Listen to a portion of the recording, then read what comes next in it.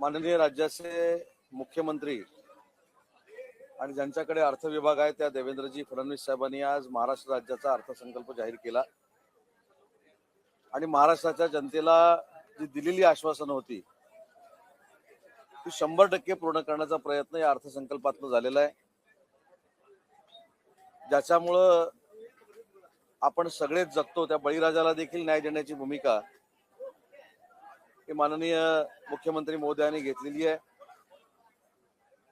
2025 September पर्यंत कर्ज असलेल्या शेतकऱ्यांना 2 लाखापर्यंत कर्जमाफी देण्याचा निर्णय असेल।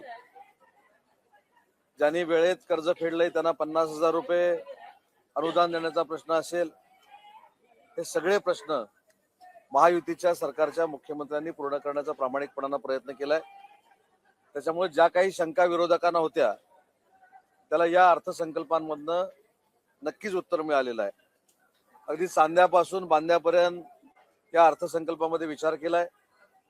विशेषतः कोकणातली बंद झालेली सिंधुरत्न योजना ही देखील पुढच्या 3 वर्षासाठी माननीय मुख्यमंत्री महोदयांनी सुरू केली। त्याच्यामुळे कोकणाला देखील विकासाला चालना मिळणार आहे। मुख्यमंत्री माझी लाडकी बहीण योजना त्याच्यावर देखील शंका निर्माण केल्या जात होत्या, ती देखील सुरू ठेवण्यात आलेली आहे। त्याला देखील भरीव तरतूद करण्यात आलेली आहे। उद्योग विभागासाठी देखील वेगवेगळ्या योजना, मग लघु असेल मध्यम असेल, या सगळ्या उद्योजकांना उद्योग विभागामार्फत वेगळ्या पद्धतीचे इन्सेंटिव्ह देण्याचे देखील काही धोरण या अर्थसंकल्पामध्ये सामील केलेलं आहे। आणि म्हणून हा अर्थसंकल्प सर्वसामान्य घटकांसाठी अर्पित केलेला अर्थसंकल्प होता।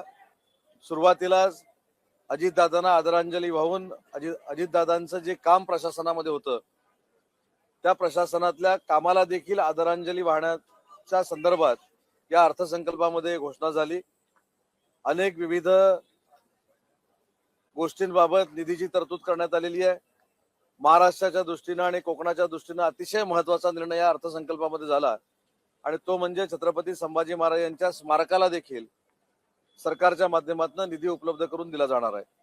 त्याच्यामुळे हा अर्थसंकल्प हा महाराष्ट्राच्या बळीराजाच्या निमित्तानं, उद्योजकांच्या निमित्तानं, छोट्या छोट्या उद्योजकांच्या निमित्तानं अतिशय सकारात्मक होता आणि या अर्थसंकल्पातनं नक्कीच महाराष्ट्र राज्य जागतिक पातळीवर आर्थिक व्यवस्थेशी मुकाबला करू शकतो अशा पद्धतीचा हा अर्थसंकल्प होता।